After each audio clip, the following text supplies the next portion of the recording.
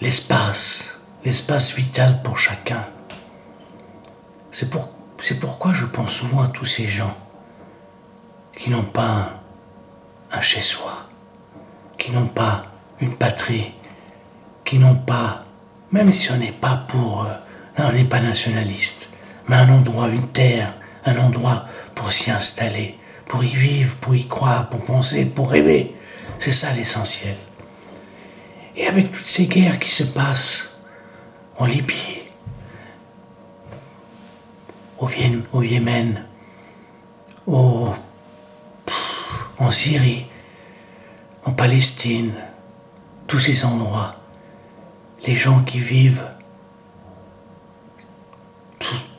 dans un univers où il n'y a pas de chez-soi, il n'y a pas de sécurité, il n'y a pas un endroit où on peut creuser, approfondir, rêver à quelque chose vraiment, on peut s'y accrocher comme des racines.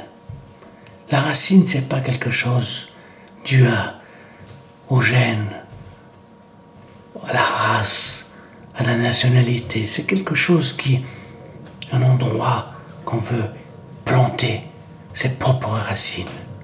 Que vous soyez arabe, américain, israélien, juif, musulman, chrétien, suisse, glaronnais, n'importe quoi, vous voyez ce que je veux dire?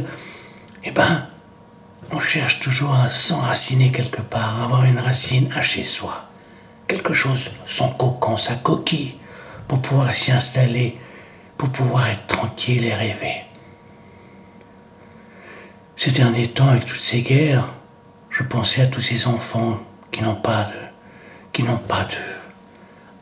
de chez soi, qui n'ont pas un coin pour y vivre, pour y respirer, pour être à l'aise, être tranquille, être en sécurité. Et ça, je trouve que c'est une fortune, c'est la plus belle des fortunes, c'est la meilleure des fortunes, c'est la plus grosse des fortunes. C'est plus que de l'argent. Ce sont des milliards que l'on possède individuellement, un chez-soi. Moi, j'adore mon chez-soi. Quand je regarde, il est plein de souvenirs. Au fond, je vois la bibliothèque de mon père, tout avec tous ses livres, toute la connaissance qu'il a voulu me léguer, me donner. Je vois un lampadaire, une lanterne, je sais pas comment ça on dit ça, un lampion que j'ai acheté à Singapour, au quartier chinois. De l'autre côté, il y a un tableau.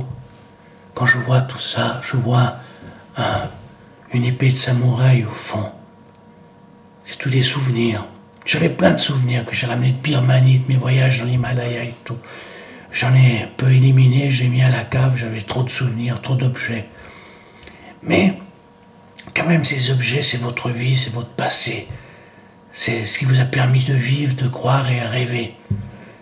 Et sous les bombardements, quand les maisons sautent, disparaissent, partent en éclats, il y a tout un passé, toute une vie, toutes des familles qui disparaissent, tous les souvenirs, ça disparaît.